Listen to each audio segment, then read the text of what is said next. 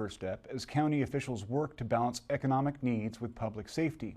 Yet even this modest shift in direction has given people a sense of renewed confidence and purpose. Each step of this ladder will allow for more businesses to open and for life to return to a more normal state of affairs. According to officials, Humboldt County has been allowed to set the tempo for how these changes will unfold as long as they meet state requirements to do so. The County Health Department today reports a total of 55 cases in Humboldt County, 5 of which required hospitalization. The vast majority of these patients have recovered. The state of California reports a total of 62,356 cases, with the number of new cases finally flattening. Thursday's total of 1,789 represents a 30% drop from a week ago Wednesday, which recorded the highest daily total so far. Roughly 2,500 people have died in California of this disease. Nationally, 1.31 million Americans have been infected, with just under 78,000 people losing their lives. As we begin the deliberate process of rebuilding and recovery, this is a moment of hope, meaningful progress, and grief for those we've lost. Now, the headlines.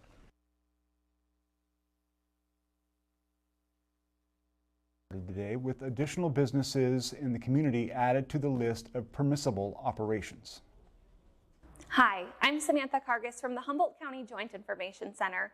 The state has authorized some Humboldt County businesses with lower COVID-19 exposure risk to begin reopening on Friday, May 8th. However, qualifying businesses must have modifications in place to protect the health and safety of both employees and customers. Stage 2 of the governor's stay-at-home order will begin Friday with a soft opening to gradually reopen certain businesses. This first part of Stage 2 will allow the reopening of most retail businesses that are able to serve customers curbside or through delivery, as well as logistics and manufacturing supports for retail. Businesses that can reopen on Friday, May 8th with modifications in place include most retail businesses, curbside pickup or delivery only. A few examples of those are clothing stores, bookstores, and florists. Shopping malls and seated dining services cannot reopen at this time per the state stay-at-home order. Also, businesses that provide logistical and manufacturing support for retail businesses may also reopen with modifications. Businesses that plan to reopen on Friday, May 8th should have the following measures in place prior to reopening: wearing and requiring facial coverings for all employees and customers in accordance with the order of the health officer, allowing for 6 feet of social distancing at all times for employees and customers, providing access to hand washing and hand sanitizers for employees and customers, frequently cleaning and sanitizing the facility following CDC reopening guidelines, and adhering to a plan to identify and exclude sick employees from the workplace. Additional measures, including certification of safety plans, will be required as the state modifies the stay-at-home order and as the county moves further into Stage 2.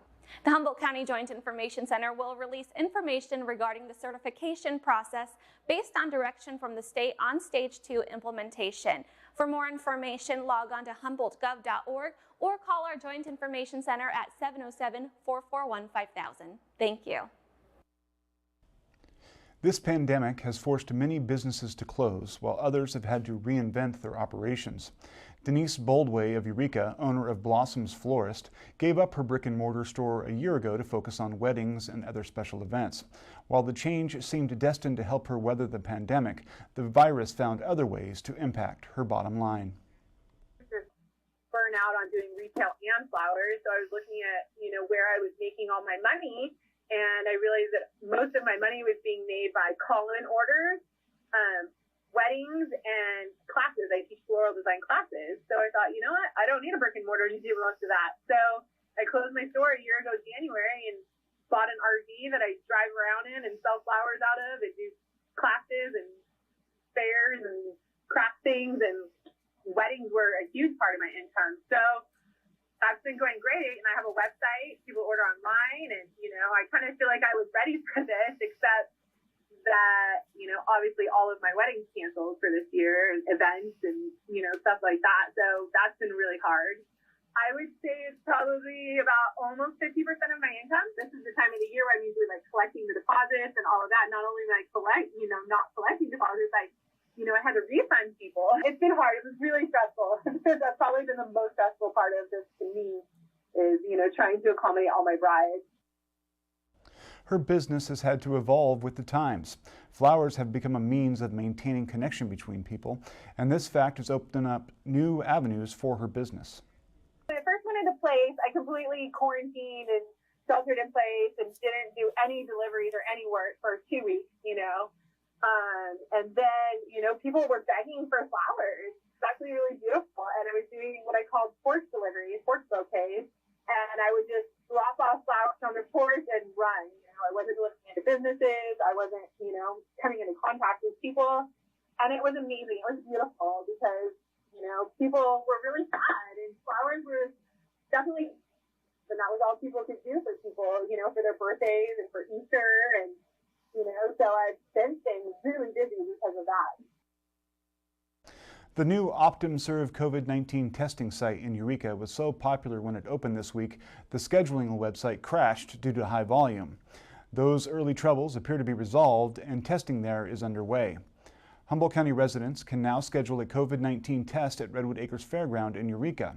The state of California and the COVID-19 testing task force are working with OptumServe and Humboldt County to expand the testing of underserved and undertested communities, as well as for some of the state's most vulnerable patients. There's a little problem with the online platform crashing, so it made me suspicious that we were getting a high volume on there, which is good. What happens is when we were scheduling appointments with our individuals, we were actually doing that in our own system, so we knew exactly how many people were scheduled. When we turn that over for general public scheduling, that's through the Optum individuals, we actually don't have access to that daily schedule right now. And so we have asked for that so that we can know in real time how many people per day are on there. While we're waiting for that, our indicator is as we start to see results coming back so that we know, in fact, how many people have been tested. So eventually we'll be able to give that information, but right now I would say it's a work in progress to get it on a same-day basis. To schedule an appointment, visit lhi.care/covidtesting.com or call 888-634-1123. As Humboldt County embarks on this new phase of reopening, Public Health Officer Teresa Frankovich rejected the idea that these changes could put the county on a course for a much higher rate of infection, a possibility seen as worst case in county modeling. In that discussion, we showed both worst case scenario and best case scenario in terms of surge, both if we kept everything in place and if we had nothing in place. So what we're trying to do with a sort of slow and thoughtful reopening is to thread that needle, to get basically to be able to navigate the space in between those curves so that we do not see that surge that is in fact the worst case scenario. We will still have restrictions in place, a lot of public health measures that we've been talking about. So no, I don't expect to see that level of surge. And if we start to see trends indicating a concern for a high surge, that's when we're pulling back. We'll be back after this message from KEAT Executive Director David Gordon. I'm David Gordon, KEAT's Executive Director. This coming week, I want to be sure you don't miss two critically important documentaries. Tuesday at 9 p.m., Frontline will premiere its second responsive documentary, which uncovers the story of the coronavirus in Italy and the lessons we can learn from it. Then Wednesday at 9 p.m., Nova follows scientists as they race to understand and defeat the virus behind today's threatening and deadly pandemic. The resources required to respond with these vital programs in record time are significant. Our commitment to service demands it, and your support makes it possible. As we move into another week, separated but together, I'm grateful that KEAT is here to support our community through this time. And I'm so thankful for all who have stepped up to ensure that this exceptional level of service continues to exist for us all. Stay safe and stay informed Tuesday and Wednesday with Frontline and Nova.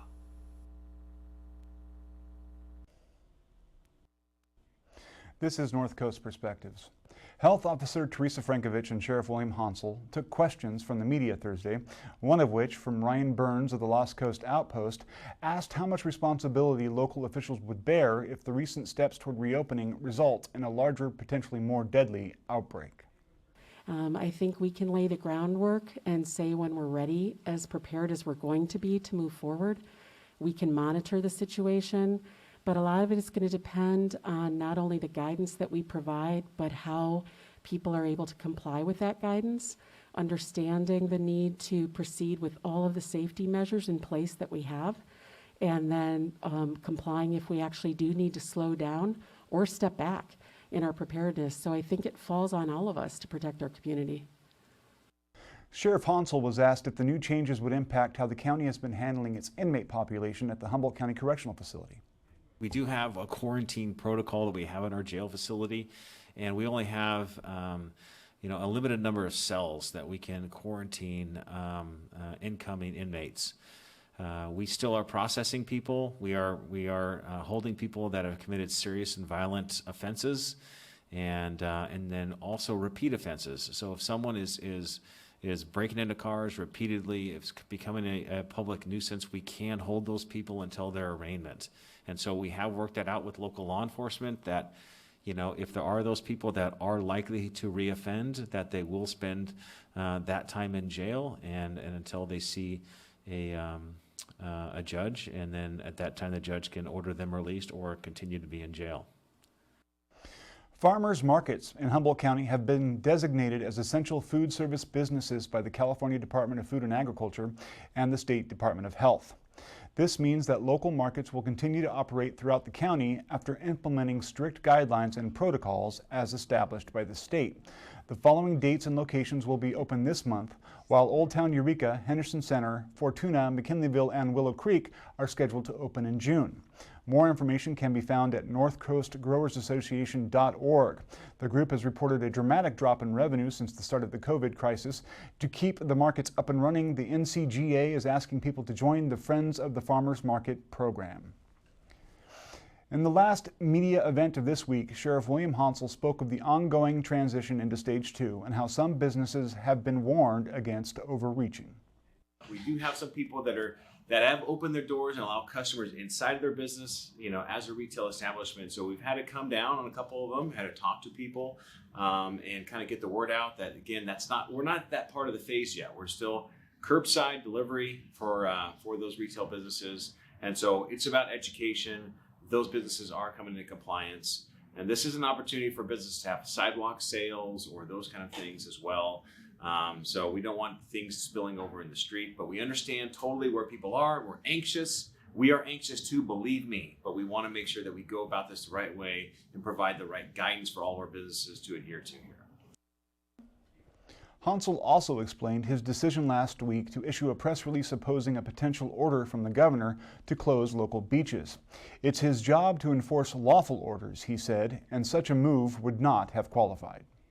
Well, it's always difficult when you take this job, because you're swearing to uphold the law, okay? And when you swear to uphold the law, it's a lawful order that you are swearing to go by. If you believe the order is not lawful, you are not bound to that order. And so I think it's very, very important for people to understand that. So if a sergeant gives an order to a deputy that's contrary to the law, the deputy can say, no, I'm not going to do that. It's against the law for me to do that. And he's covered under our policy, and he can't be disciplined for not following a policy or a directive that is against the law. So we have it in our policy that is in place. And so I was just adhering to that same principle when it comes to the governor. I believe that it was lawful, that was an overreach and unreasonable, and not bound by their constitutional components of a health officer's order. So that's where I felt like I had good grounds to kind of stand up and just voice my opinion that way. And again, I want to remind people there is no direct, I had no direct conduit to the governor saying pick up a phone and for us to have a conversation about why I believe his order was unconstitutional. This was our way of getting a message to him, and I believe he heard that loud and clear. We'll be right back. I'm here today so the rest of this world hears our story. For 4.5 years, my family was incarcerated. The government framed it as an issue of loyalty. Many people lose everything. The Asian voices were so inspirational. They had to assert their rights. The railroad could not have been built without the Chinese. We fought on the side of the United States. There's a shift in political power. Asian Americans were free to do anything they wanted. All hell broke loose. The city burned. They were trying to build a life for themselves. I grew up with the American dream. You've got young people fighting to make change happen. If a lot of people put their mind to it, they can win. It was an incredible time. And their legacy belongs to all of us. This is our story.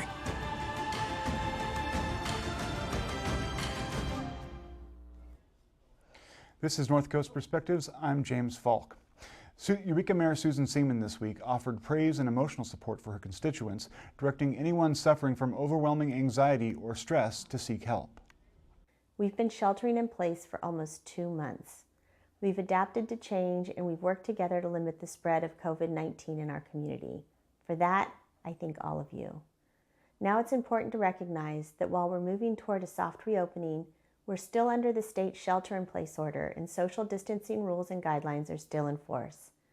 It's uncertain how long we'll be in this state of transition, and this can cause stress and frustration. This is completely normal. But if you do feel like the stress is too much, you can call the Humboldt County Community Behavioral Health Support Line during regular office hours at 707-268-2999, or if you're having a crisis, the Humboldt County Crisis Line is available 24 hours a day at 445-7715. Know that we're in this as a community, and the City of Eureka is committed to helping us navigate the coming weeks and months together. As a reminder, you can find the most up-to-date factual information on the COVID-19 virus on the City of Eureka's website at ci.eureka.ca.gov. The city's website has regular City of Eureka updates and links to the Humboldt Health Alert, the California Department of Health and Center for Disease Control. Again, I'm Mayor Susan Seaman, and I appreciate your attention to this message and to your commitment to doing everything you can to protect our community.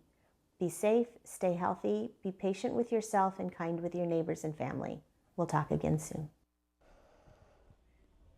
Humboldt County residents are now free to seek out routine, elective, and preventative health care. Humboldt County Health Officer Teresa Frankovich said that it's important for people to manage their overall health. If you have worrisome symptoms for health-related emergencies such as heart attack or stroke, please do not delay seeking care due to COVID concerns, she said. Humboldt County's hospitals and outpatient care systems have developed policies and procedures designed to make healthcare as safe as possible for everyone. Those measures, together with routine masking, social distancing for the general public, and low case numbers, make this an opportune time to access the care you need, Frankovich said. Right now, because we're at a low level of COVID activity, I really feel this is our window of opportunity for people to access some of the services they need to get for their complete health care that is not necessarily COVID related. And so when people think about some of their things like colorectal cancer screening, mammograms, some of their general maintenance for chronic conditions, all of those things, immunizations are very important. And I want people to know that the hospitals and our outpatient care settings have been working hard to be environments that are safe for them to come into, as safe as possible during this time. And again, we have a great window here for people to access some of those services while we are really just at low levels of transmission. If you find yourself at home with nothing to do this weekend, sound familiar? We have a treat for you.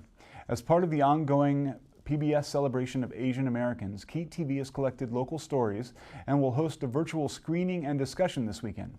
The conversation will be moderated by Jennifer Fumiko Cahill, Arts and Features Editor for the North Coast Journal. It starts at 4 p.m. on Sunday and can be found online at ov.itvs.org.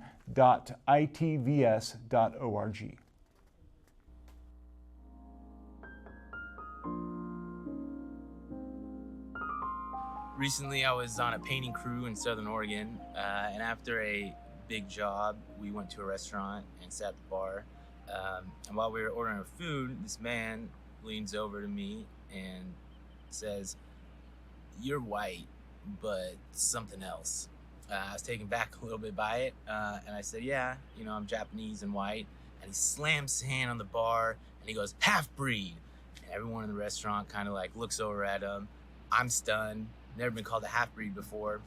I looked over at my buddy, who's also Asian American, and we just laughed. And the man seemed to be offended, and he left the bar with a half-drunken beer sitting there.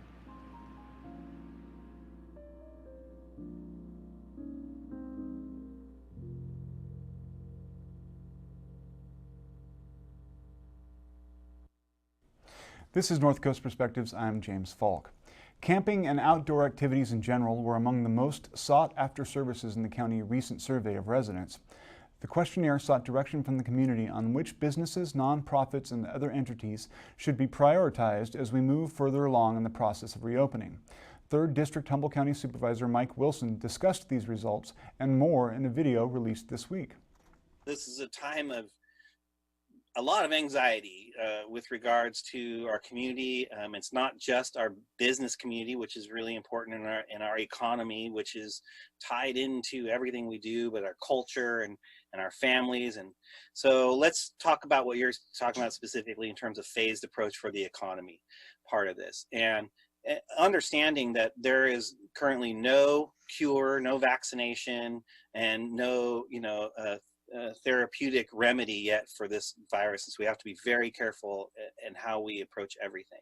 So the governor has put forth a 4-phase plan to try and move us back, or at least forward. I don't know if we'll ever go back. I mean, everything's forward to being, having a functioning economy at some point, and that timeline is pretty long. But in the current context, we're going to be moving into phase 2 of that 4-phase, and that really is focusing a lot on retail, a lot of the smaller retail, getting those back up and running in some form or another. We're really talking about doing curbside and those sorts of things, so people being safe. But more than that, businesses are going to have plans. They're going to have to have those certified through the county, through the EOC, the Emergency Operations Center. Those plans will be available to the public. There will be signage upon certification for these businesses, and the public that does business with these places will have an opportunity to, there'll be a number if they feel like they're not having confidence in that, or maybe they're thinking they're doing a great job and they have a way to express that too. So I think it's pretty important that that feedback loop is maintained when we move this thing forward. To be specific about your question about health sport, those kinds of things, that's really, as far as I understand, it's for the more phase 3, where there's lots of people coming together, like movie theaters and those sorts of things. And those plans, those protocols have not been developed yet that I know of, but we'll certainly see how that works out. And in terms of dining in restaurants, also, again, that's more of a phase 3. We're seeing a lot of adaptations by our restaurants currently in this phase approach, and their ability to produce food for our community, both in delivery services and pickup. While many of the rest of us hunker down to wait out the COVID-19 pandemic, some workers get out there every day and just do their job because we need them to. Keat editor Charity Grella spent time with some of these everyday workers and filed this report.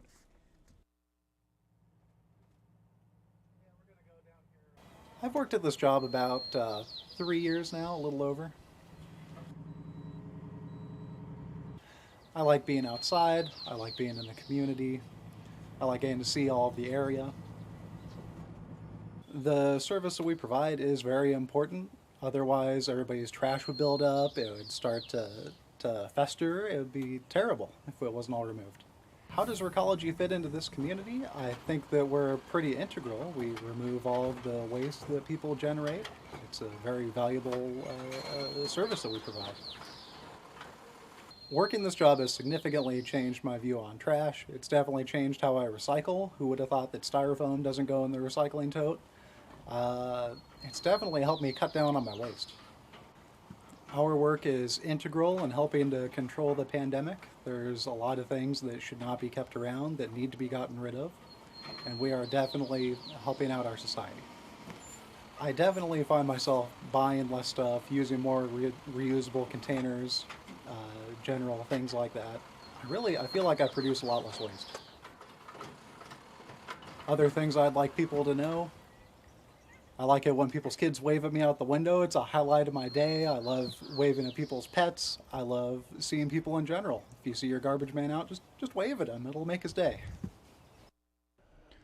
For all the most up-to-date information on COVID-19, our local response, or anything else related to public health or the coronavirus, you can visit www.humboldtgov.org. The site is maintained by the County Joint Operations Center and includes the latest case totals, business resources, and other things you might find useful as you're trying to navigate through this pandemic. The Area 1 Agency on Aging is helping to publicize a means of offering friendship and support to isolated seniors. The service is meant to provide a friendly listening ear and emotional support for secluded seniors facing loneliness, isolation, or anxiety.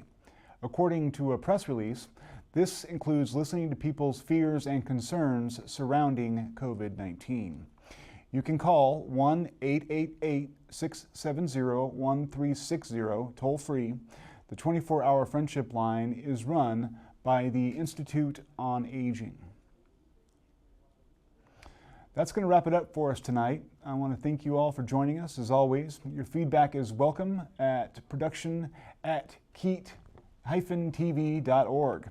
And remember, we're still accepting viewer videos on silver linings in this COVID quarantine. You can send them along as well, 60 seconds or less, and we'll make you famous. So please, stay tuned, stay informed, and above all, stay healthy.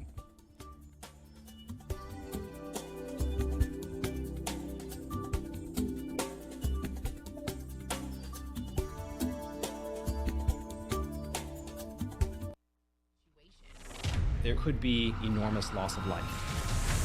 From the front lines. Everyone is at their limit. To the labs. We are going to fight fire with fire. The unprecedented global effort. The fastest vaccine development in history. When science is the only solution. This is an extremely revolutionary approach. Decoding COVID-19 on Nova.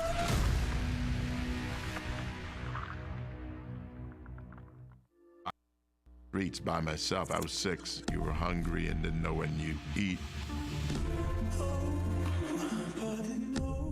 We're supposed to be revolutionaries. I'm just angry, lashing out at every single thing. But the truth will help you, God. I do. What's Clarence Thomas going to do? I'd rather die than withdraw. We know what this is all about. This is the wrong black guy. He has to be destroyed.